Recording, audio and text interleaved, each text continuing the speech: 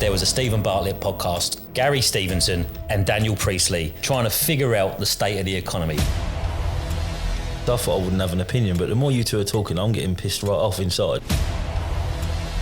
My problem at the moment is I resent paying taxes because nothing's being done with the money. Well, it is. It's being fucking wasted. There's a fucking cost of living crisis, but you wouldn't know it because everyone's using credit cards. It just doesn't sit right. His stories don't add up. That's where we're different. If you're determined, you'll find a way. If you're not determined, you'll find an excuse. The Untold podcast is proudly sponsored by Aura Surfaces, specialists in luxury surfaces for extraordinary spaces. Like creating dream homes, building a dream life takes work. That's why we had to get behind this podcast. Real stories, real challenges, and real success. Let's get into it. Welcome back to the Untold podcast. Look, it's a Thursday episode. It's a special. We are jumping on the hype train. We're jumping on the bandwagon. Anyone that's been living under a rock, get yourself from under it, because there was a Stephen Bartlett podcast, The Diary of a CEO. He had on Gary Stevenson and Daniel Priestley, and he had himself in there as well. And he got involved more than usual. And the three of them were trying to figure out the state of the economy, weren't they? And basically they all played their greatest hits. And it ended up being this ridiculous viral machine, didn't it? And we're jumping on that bandwagon. Because when something goes viral, you do the same bleeding thing. That's it. Right? And it's interesting though, isn't it? Because there's so much psychology behind it. There's so much when it comes to personal branding. There's so much about each individual message each of them gives. And we want to unpack it. And I thought that you've got someone that's successful in economics and someone that's very successful in business, all talking what they want to talk. So I thought, why not the three of us who are three normal people who have not made millions betting on the economy and who have not got 8-9-figure businesses? Let's unpack it together. Yeah. Love it. They're basically the people they're all talking about. Yeah. We are the people that they're talking about. We are the people they're talking about. But I've got to be honest. So I relate to Gary Stevenson so much because he's saying the things that someone in my background would always aspire to be. We were the working class kids playing football in the streets, looking up, saying we wanted to be rich like that. There's holes in his story. And I really liked him because he burst onto the scene, it feels like about 2-3 months ago, doesn't it? And he's throwing himself out onto right-wing media, being this champion of the people. It just seems a little bit much, doesn't it? What do you reckon? He's a professional camera speaker. He is, isn't he? He is. He knows exactly what he's doing. I mean, he says a lot of truth. He does say a lot of truth, but, you know, we've got to remember these people are very good at what they do and they're doing it for a reason. He's not coming on camera every single day just to get his point across. He's working very hard on his own brand. Yeah, I completely agree with that. So for anyone that didn't see it, basically you had this three-way divide. You had Daniel Priestley and Stephen Bartlett, who represented the entrepreneur. Stephen Bartlett, who 10 years ago was basically asking Uber Eats for discounts, nicking stuff off the doorsteps and stuff like that. Then you've got Gary Stevenson, who is a working class boy who went to be a trader, went through the London School of Economics, went to be a trader in Canary Wharf, bets on the economy going down and made millions off the back of our downfall. Then his argument is that you should tax the rich more, because in the wealth growing in the upper classes, it's draining the economy in the middle classes. That's what his argument is. And the rich need to bail out the country. Then on the flip side, you've got Daniel and Stephen talking about how it's actually possible to achieve financial freedom should you choose the right method and determine yourself and make perseverance and resilience and all that good stuff. Where do you lie?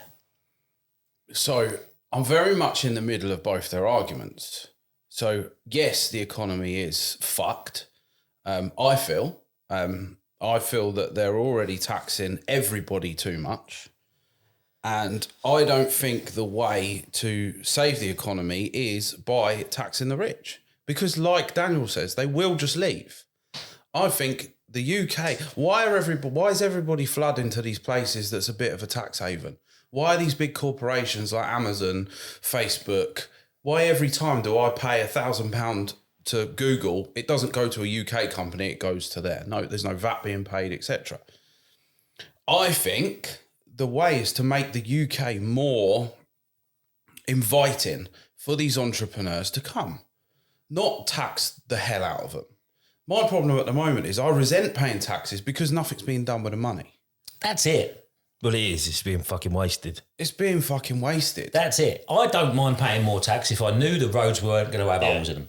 It's so stupid. All we care about on the day-to-day are your bins on time. Have you got bins big enough to do everything? Oh, can you move out of your driveway without a pothole going through? Me and you have had tyres go down in the last 2 days. The buses, the doctors. I don't mind paying taxes, but we're paying more tax than ever, and those things are all getting worse. Yeah. And so that's the thing for me. Like I've said this for a while, and this is my opinion.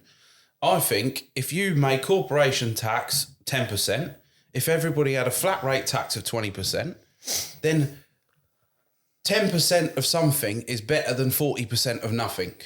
And I think that's the way we're going. Yeah. Millions and millions and thousands of pounds is just leaving our economy every day. And Gary is right in what he says, because the middle class, I don't feel there's middle class anymore. I worked in a retail space and our business was middle class people doing bathrooms, kitchens, renovations. That fell off a cliff. Literally, that customer fell off a cliff. So you're either high end or you're low end. And that's the thing. People haven't got the money. Everything's going up. We're being squeezed. Taxes everywhere.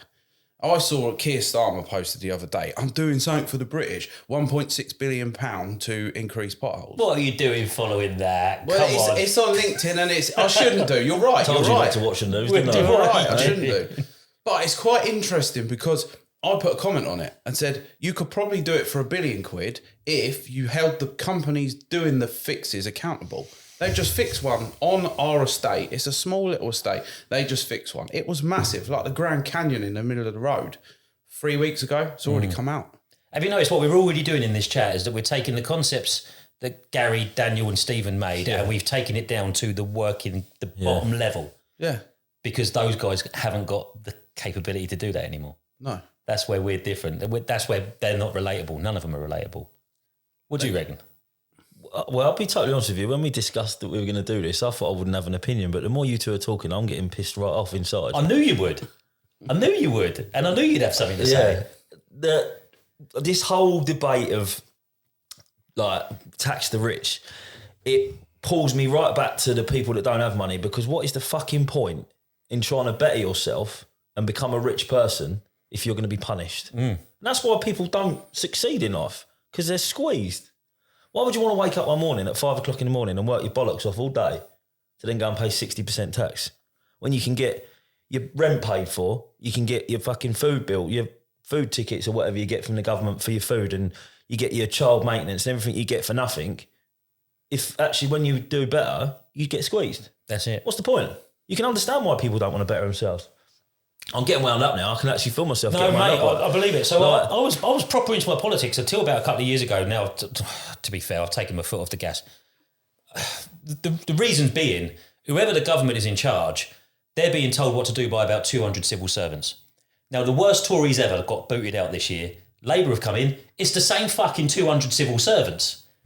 So when Starmer stands up there and he's got that 2-bob little thing on his plateau, renovate, achieve, that's because he's got 2 bob civil servants working in the comms department that have already pissed off the country and they're all still there. Clear the lot. Anyway, going back to the 80s, Margaret Thatcher made people buy their own council houses. And in doing so, she turned a load of working class people into middle class, because all of a sudden she created this middle class. You now own your home. Where the middle class were going, oh, look at us, we're the middle class. When they weren't, they were just working class with a different fucking mask on. Then the Tony Blair came in, credit went through the fucking roof. Everyone just started owning everything on money that wasn't theirs. Surprise, surprise, it had a short shelf life. Now the money's being drained out of the country and everyone's living on credit. There's a fucking cost of living crisis, but you wouldn't know it because everyone's using credit cards. And the pinch comes in a year's time. Meanwhile, you've got dickheads like Gary Stevenson coming out with ideals that he knows is fucking impossible. He knows it. And it's a message of despair. Then you've got Stephen and Daniel Priestley who are actually offering a message of hope and optimism. But the working class are all on Gary's side because they would rather be miserable in an environment that's a cul-de-sac that they can't fucking get out of. And he knows they are as well, and he's kind of preying on it. He is, because he's making money from it. Because he charges 150 quid a fucking month to join his community. Outrageous. I really like this guy. And then I looked at him. I do. I really liked Gary and the things that he was coming out with. And I was like, yeah, that's all right. But I don't agree that taxing the rich more is going to solve everything. I think it should be a level playing field for everybody. And that's the problem you've got with this nomad lifestyle now. What you do and what you do, you could register your company in Monaco. You could register a company in Dubai. You can do exactly what you're doing in your shed in the UK over there and pay no taxes. And all your money just fucking goes. It's gone out of the UK economy. People from the UK economy are paying you money and it's going out to offshore accounts. Now, if the UK said, right, do you know what we're going to do? We're going to give everybody a level playing field. If you earn £1 billion a year, this is your corporation tax. If you earn £10,000 a year, this is your corporation tax. And make it more inviting for businesses to come and invest in the UK. Yeah. They spoke about like Silicon Valley in America and stuff. They spoke about AI. Now, Starmer will say, yeah, we're investing in AI, we're investing in AI. But AI can be done from anywhere in the world. Why would the big corporations want to build a massive AI in the UK and then get taxed to fucking high heavens on it? I think that's where a lot of the governments are struggling, and we're going to be in this transition for the next 50 years where the birth of the internet and the rise of globalization versus local economy. Because you're right, we could sit here and we could do business in a foreign country right here from our phones. Yeah. But it's the money we make there that fuels the economy of where you're based. And I think they haven't figured out yet how they can maximise both opportunities. Their answer seems to be get rid of cash, digitise everything, and then, of course, with that comes the arguments of, well, that's just control. It's tough, right? I think, I don't really like politics and I don't look into it too much, so I find it difficult to talk too much about politics, but I agree with you, Ash. I think the tax needs to be the same throughout and the government just needs to stop fucking wasting money, because that is, if they didn't waste the money, we'd have money in the country and we wouldn't have to tax everybody so much. Yeah. I'm not going to list my reasons and what I would suggest to not waste money because they're fucking obvious. Well, 90% of the UK probably think the same, but they hide where the tax is going. Exactly. But I think all the time that the government are run by these private school pricks and not businessmen. I've always thought someone like Alan Sugar needs to be in the government to advise them on how to spend their money. Don't get me started on Alan They have, like that kind of a businessman. Like he's the first person that came to my mind. Yeah. Somebody that knows how to deal with money, because they do not have a fucking clue. No. The thing is, for me, like, if your business is struggling, you look back, or you bring in a business coach or an advisor who can come from the outside look in and say, right, your business is failing. What are you going to do? If you've got a business that's in a load of shit, you can't just go to a bank and say, oh, give us another 10 million quid. Increase the deficit, increase it. You have to strip back. Why is the government not run the same? Why is there not? There needs to be an independent... Because absolute power corrupts absolutely, mate. That's why. it. There needs to be an independent audit. The government, I feel, is supposed to work for us, but they're not. They're working completely for... outdated. Completely outdated system. Now, there's... Obviously, I do a lot on LinkedIn. James Watt, the founder of Brewdog, is quite public about this. He said, I will put a team of entrepreneurs, successful people, who know how to run a business together, and we will work for free for a few hours a week to help the government save money. And the government are like, no. And now they've introduced this, they've seen this Doge thing in America where Elon Musk is, whether love him or hate him, I think he's right.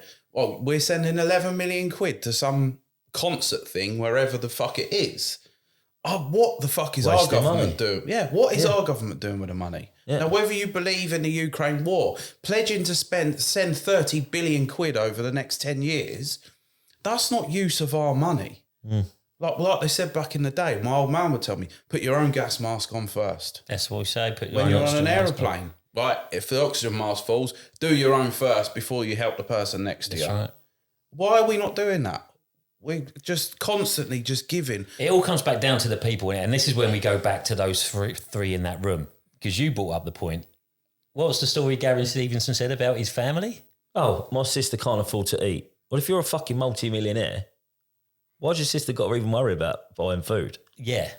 Do you know what I mean? That's it. I've got enough money, I could do whatever I want tomorrow. Well, why don't you start by helping your family out, mate? That's it. Because Today. if you look at the dynamic in that room, Gary Stevenson was on Piers Morgan, and I saw it on a TikTok today, and Piers Morgan went, look, you're championing the rich should pay more, the rich should pay more, the rich should pay more. I need to ask you, how much are you paying? He didn't answer it. And he went back and, well, it's not for me, it's for the rich and blah, blah, blah, blah, blah. And Piers Morgan was like, no, come on. All you do is champion the working class. What are you doing? Didn't answer it. Meanwhile, Stephen Bartlett's on Dragon's Den investing in small businesses every week. Yeah, I feel like we're kind of hating on him at the moment. We're not, we all have got respect for him in certain ways, but it just doesn't sit right. His stories don't add up. I've got his book, mate. I liked him enough. I bought his book. I love his message. I do love his message. But again, it is an impossible dream, which is fine because he is right in what he's saying. There does need to be a better distribution so the middle class can have funds. There does. His method, up for debate, absolutely. But his story seems to be contradictory and it's not helping him deliver his message. Like I say, I've read his book and he was a working class boy playing in East London, done for like nicking things here, there, everywhere, flogging a bit of gear. Maybe I'm not sure if that's right, actually. I don't want to defame the boy, bless him. He might not have done that. But either way, there's then a big gap in the book and all of a sudden he's in the London School of Economics. Now, that's the best school for finance. Yeah. And he's in there with lots of rich boys from daddy's money and he's saying, my street smarts got me through. It probably did. How did he get in that school? I'm not sure it's plausible. But as I'm reading that book, I'm thinking that needs to be answered before I can believe you and the rest of it. Part of me thinks as well, like that Daniel and Stephen are saying it's never been easier, which I do agree with to a certain extent. Look at this guy. Exactly. But like I've said before, entrepreneurship isn't for everybody. No. So, and I don't feel that it's right for everybody to be, I can run my own business, I can be an entrepreneur. I don't think that's the right message to be putting across to people. I feel that it's a good message to be putting across to people and giving people hope. Whereas I feel just tax, like you said earlier, just tax the rich, it'll get better. Now, the middle class need money to spend in the businesses. If the middle class have got no money, the businesses on this level, it's like do you know what I mean? If the middle class and the working class have got no money, then the businesses don't survive. The pubs, the restaurants, the bars, the cinemas, the theatre, everything. So the middle class do need more money. They do need to somehow shift that wealth to that. I do disagree to a point, mate. I've got to be honest with you. I do think anyone can make money. Maybe not be an entrepreneur, but anyone can make money because there's two in this room. Yeah. Anyone, I'm confident that if you're a confident person and you can stand in front of a camera, we can teach you how to make money on TikTok Shop. We've literally had a girl that we've been training for 4 months. She made $4,000 in a day yesterday over the weekend. If you don't like doing that, I'm pretty confident I can teach you how to do Amazon FBA. Yeah. Both of those need very little money. Again, no, it's a mindset thing. It's a mindset thing. I often say this, if you're determined, you'll find a way. Yeah. If you're not determined, you'll find an excuse. Yeah. And there's a lot of people ready to find excuses. But there's a lot of people that can do more to help themselves. And I know that's horrible, but I want to do it as a message of hope because of the three of us here. As I say, there's two in the room that have made our money in the last year. And we would never, ever, ever have been able to do it if it wasn't for social media, which has only existed in the last 5-10. Yeah. I want to ask a quick question for everybody that's listening or watching. What is an entrepreneur? And that's coming from me as well because I've never really thought about it. I don't look at definitions of stuff like that. It's funny, I always used to call it an entrepreneur. I hate that phrase because I don't know. Well, one of the guys, one of the seminars I went to, you've got like solopreneur. They calls it a solopreneur. No friends. So no, that's like you're a one-man band, you're making money, you're doing what you're doing, you might have a small team around you. I would call myself at the moment a solopreneur. And then an entrepreneur. I feel bad now. We're your friends, mate. Look, listen, it's fine. I'll get over it. And then like an entrepreneur is someone who maybe has a team of people around them constantly. For me, I think entrepreneur is a mindset. Yeah. I think it's a want for more, has aspirations, and I'm glad you said that.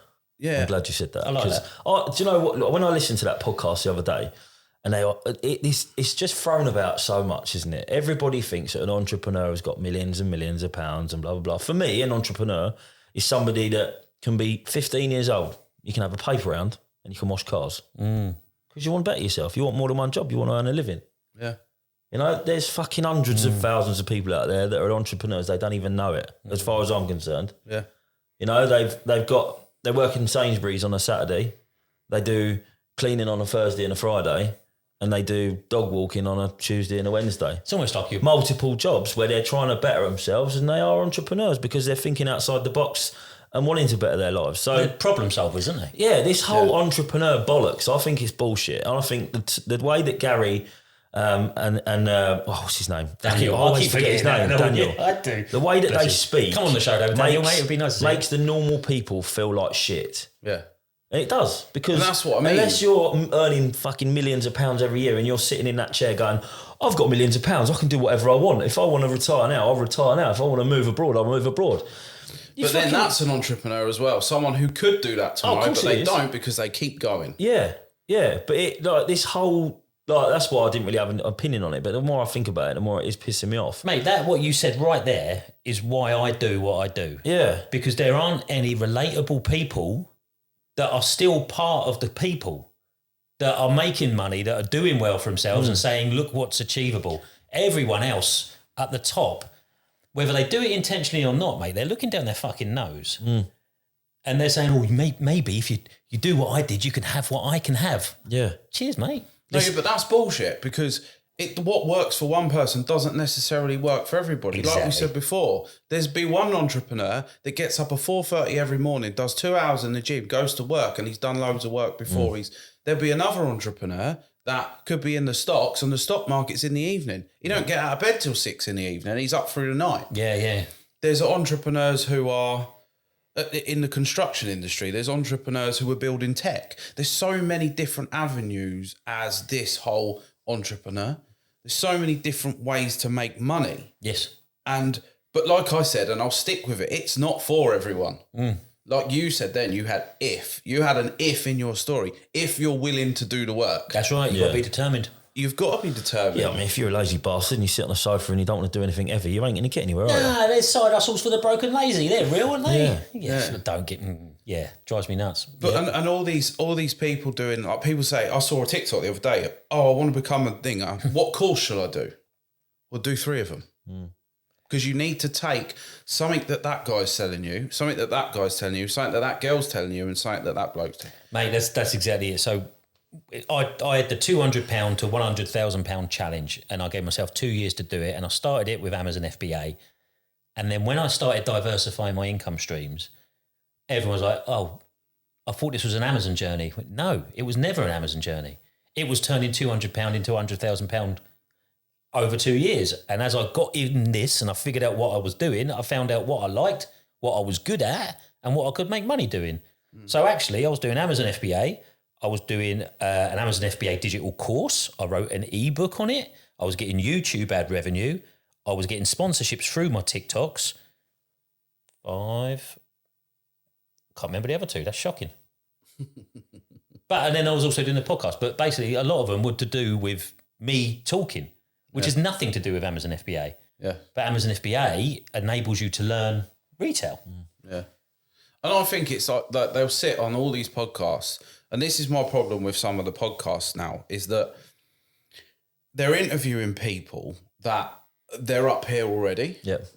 And you sort of get this as a young 16, and I agree what Gary said, I'm fucking sick to death of all you entrepreneurs sitting there telling a 19-year-old he can be a millionaire. He's right.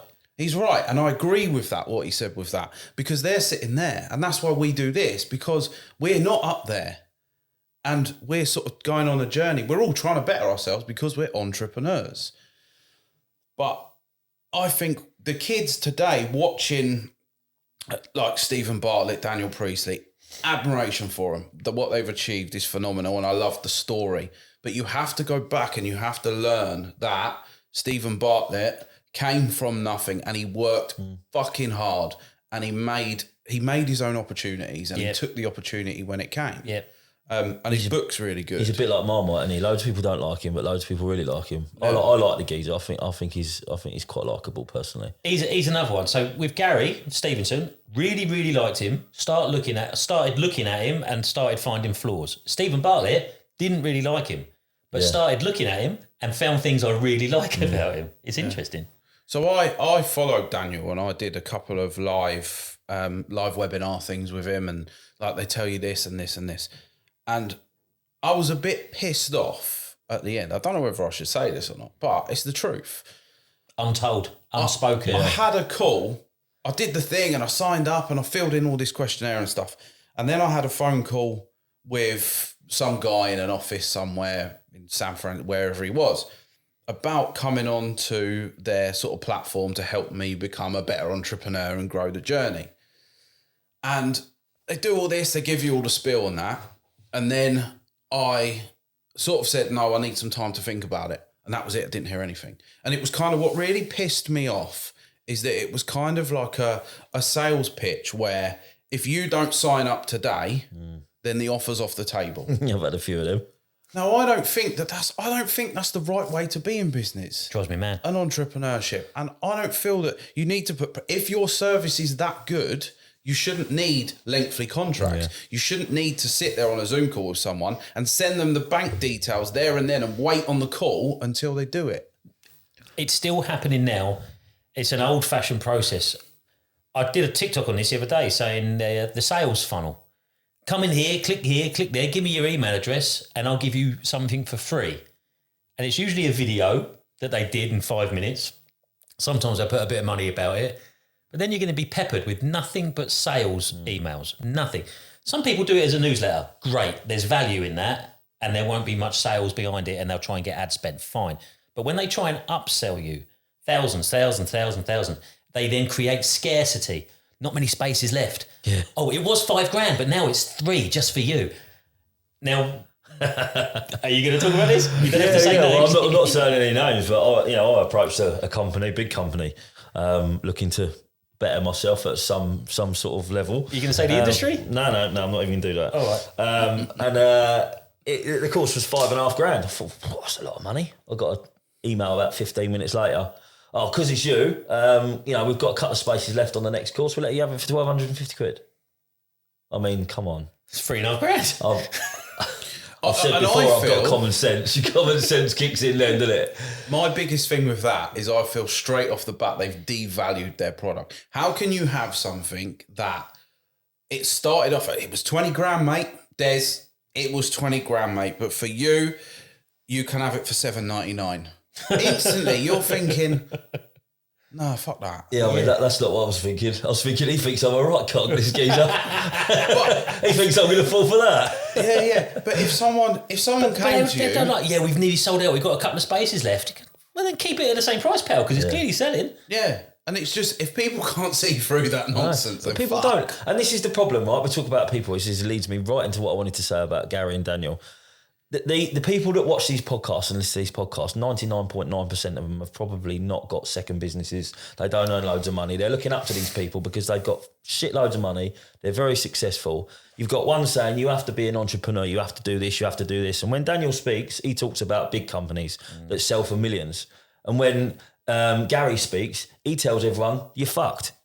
If you're a lower class, or you're not middle class anymore, you're all lower class. If you're in that bracket, you're fucked. You ain't getting out of it. And he also tells you that he's a millionaire every 2 seconds as well, doesn't he? But most people are never going to get to where Daniel Stevenson is. Daniel Stevenson, that was a good one. Where Daniel is. Most people are never going to get there. We probably will never get there in our lifetimes because I don't want to. He's got a very different mindset to most people, and that is why it's the 1%. There's a reason for that.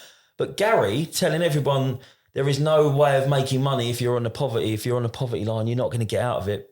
Bollocks. I woke up one morning, went on TikTok, I watched the video. I've been doing it for 14 months. I didn't make any money for 5 months. I still stuck at it because I believed in it. I am closer to earning 6 figures than I am to earning 5 figures in the last 8 months. And that I don't talk about money, but it pisses me off that he sits there And he says, you cannot make money. If you wake up one morning and you want to bet your lives, I don't give a fuck who you are. Sorry for the language, but I don't give a fuck who you are.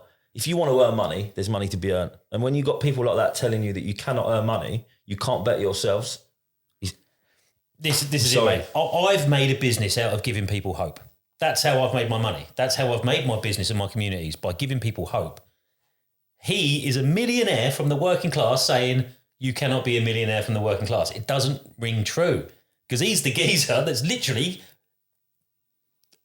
contradicting his own bloody argument. Yeah. So what we do, and I'm sorry, this might be a plug, I don't care. We literally teach people for free how to learn on TikTok for free.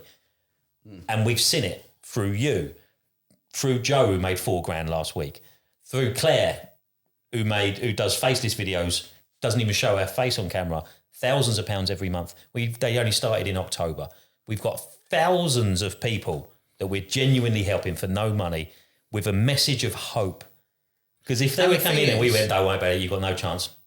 The thing is as well, like what you're doing, and this sort of leads into this entrepreneurship journey. Anyone can do it with a smartphone. Yeah. And an internet access. Yeah.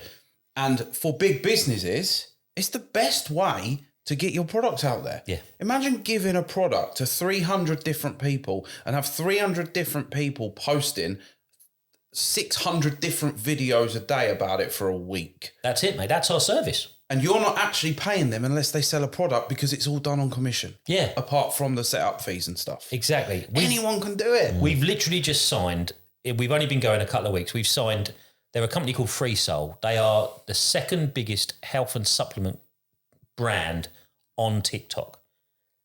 And they've agreed to give free samples to hundreds of our clients, who can then promote them for free. And again, we would be giving them hundreds, hopefully 1,000 adverts over the course of this week. So the affiliates make money, the brand makes money, and we as the agency make money. We've created a business model. I call it the rising tide raises all the ships. We don't charge our affiliates any money whatsoever, but when they do well, we do well through the back door. Yeah. It's possible. There are models out there where you can learn, where you can make money. The days of these millionaires where they would have sent you down sales funnels with all of those tactics we just talked about, they're old now. They're gone. People are waking up to them. I think it's important to mention, actually, before people get carried away, that obviously there are a lot of scammers out there, you know. Yeah. I don't want to sit here and tell everyone it's easy to make money, because there are a lot of ways you can get shafted. It is if you join my community, sir. No, I know, but, you know, we're sitting there sort of preaching about how there is money to be made, but, you know, there are vulnerable people out there that are going to just maybe sit on TikTok or sit on the internet and fall for these traps and go down these funnels, you know, and waste the money that they don't have. Yeah, definitely. But it's always been there. Careful. It's always been the same. It's just a digital age now. That's I remember that's it.